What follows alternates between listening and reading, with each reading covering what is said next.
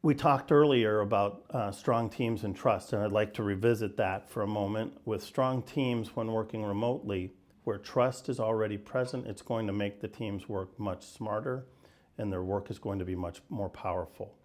Where trust is weak or absent, work activities that might otherwise pass as acceptable are going to become difficult, they're going to become inconsistent, and they're going to begin to struggle. I'd like to share a story about visualizing the value of a team and trusting a team during a crisis. I've been blessed to serve with some great men and some great leaders. One of those in particular was Mr. Ralph J. Roberts. He was the founder and first chairman of Comcast. By the mid-1990s, Comcast was a medium-sized company, maybe a large company, certainly not anything close to what it's become. But at that time, in 1991, the company's offices burned to the ground in Center City, Philadelphia. Everything, customer records, data, other documents, everything was gone. Many years later, I was thankful to be able to attend Mr. Roberts' memorial service, and a story was told about how he handled that day.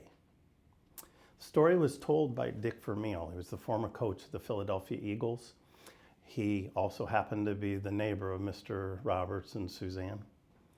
And that night, Coach Vermeil and his wife were supposed to have dinner with the Roberts.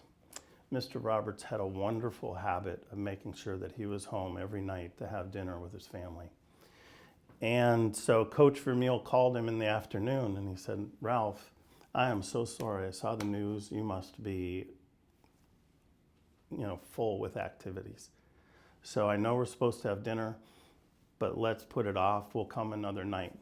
Mr. Roberts answered Coach Vermeil and he said, "Oh no, come on over.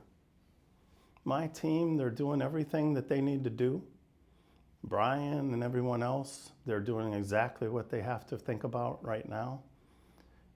And if they need me, they'll call me. So let's go ahead and have dinner." Let's not miss the message in here, or the lesson in here. He trusted his team even when his business was burning to the ground.